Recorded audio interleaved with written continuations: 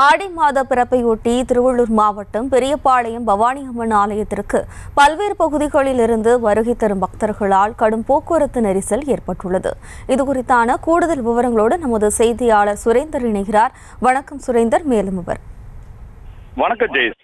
ஆடி மாதம் பிறப்பையொட்டி பெரியபாளையம் பவானி அம்மன் ஆலயத்தில் திரண்டாக பக்தர்கள் கூட்டம் காரணமாக கடும் போக்குவரத்து நெரிசல், போதிய அளவு போலீஸ் இல்லாதால் கடும் சிரமத்திற்கு ஆளானார்கள் பக்தர்கள். திருவள்ளூர் மாவட்டம் பெரியபாளையத்தில் அமைந்துள்ள அருள்மிகு பவானி அம்மன் திருக்குள் சிறப்பு வாய்ந்தது. சுயம்பாக எழுந்தருளிய அம்மனை வழிபட ஆடி மாதத்தில் பல்லாயிரக்கணக்கான பக்தர்கள் வந்து செல்வது வழக்கம். ஆடி மாதம் முதல் வாரம் தொடங்கி 14 வாரங்கள் இந்த பெரியபாளையம் பவானி அம்மன் ஆலயம் விழா கோலம் பூண்டிருக்கும். இன்று ஆடி மாதம் பிறதை முன்னிட்டு முதல் நாளிலே பெரியபாளையம் பவானி அம்மனில் ஏராளமான பக்தர்கள் திரண்டு சாமி தரிசனம் செய்தனர். பாத யாத்திரையாகவும் சொந்த வாகனத்தில் வந்த அம்மனை தரிசித்து செல்கின்றனர்.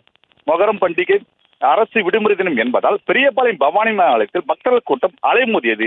பக்தர்களின் வருகையால் பெரியபாளையம் சுற்றுவட்டார பகுதியில் கடும் போக்குவரத்து நெரிசல் ஏற்பட்டது.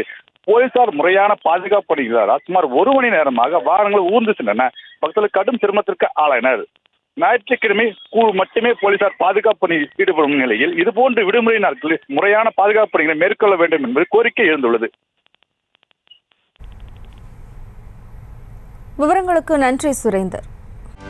செய்திகளை உடனுக்குடனும் துல்லியமாகவும் தெரிந்து கொள்ள சப்ஸ்கிரைப் பண்ணுங்க.